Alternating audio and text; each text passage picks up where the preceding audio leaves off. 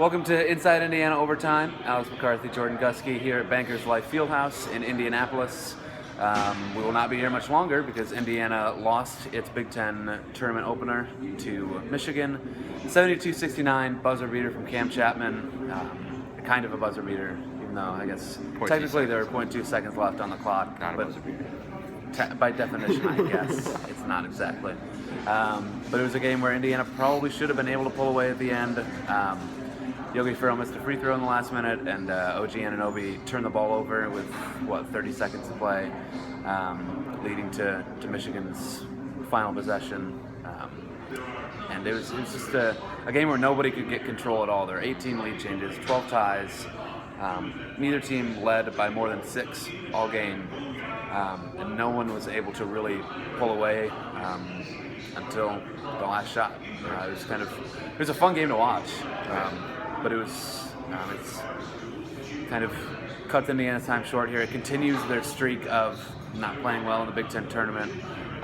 What were some things that stood out to you in this game? I mean, there's so much going on. Right. I think in the first half it was the turnovers. It had 9 turnovers, and Michigan had, I think, 16 points off those turnovers. You just can't do that. That's the only reason Michigan was in the game in the first half.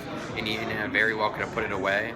Both teams were shooting lights out. Michigan just wasn't turning the ball over a lot, and Indiana was, and that's the reason why it was so close heading into halftime. And the second half, Indiana finally got control of it. So, it wasn't really turning the ball over as much, but then it just stopped shooting well. And it wasn't like they didn't have open shots. It wasn't like they weren't finding open shots. They just stopped making those shots. And even though they were getting stops, they wouldn't capitalize on the stops. So Michigan just stayed in it.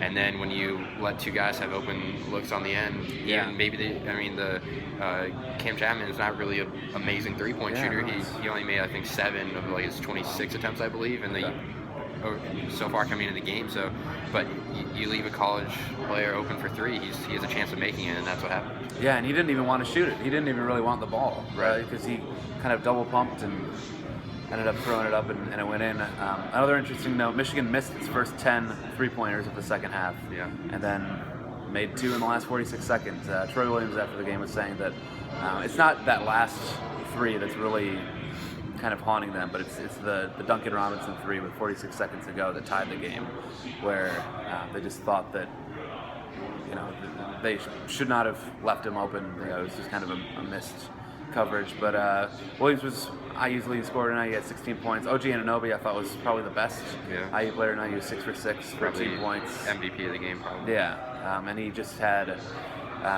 he just totally filled his stat line. I mean, he had 2 rebounds, 2 assists, 3 blocks, 2 steals in 27 minutes tonight. Juwan Morgan was a little bit limited, it seems, due to the shoulder injury, but he still played a pretty good amount.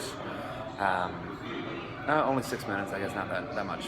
Robert Johnson didn't play again, so Nick Zeisloff started in his place once again. But going into the NCAA tournament next weekend already somehow, does this loss today kind of change how you feel or about Indiana's tournament chances? Anything? What does this make you think about? I just think it kind of reinforces what we've seen all season. When IU is smart with the ball, when they don't turn it over, they go on and they win. And if they do that in the NCAA tournament, wherever they are a very deadly team. But this game shows you when you make mistakes and a team capitalizes on it, you have a very good chance of losing. Yeah. And against a team like Michigan, which really isn't a high caliber team, it's a good team, but it's not like a high caliber team. You have a chance of getting away with it, and Indiana almost got away with it, but they didn't.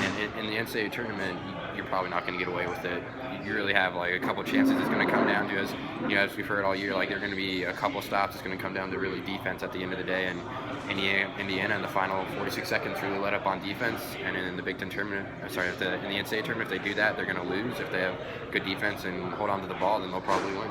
Yeah, that's the whole thing. In these one-possession games, Indiana has been the master of losing one-possession games in tournament settings at neutral courts this year to both Wake Forest and UNLV, and now to Michigan. So we'll see if that trend continues at whatever neutral site Indiana gets next weekend. But until then, thanks for watching. We're going to head back to Bloomington, but hopefully you all have a good rest of your weekend, and we'll talk to you soon.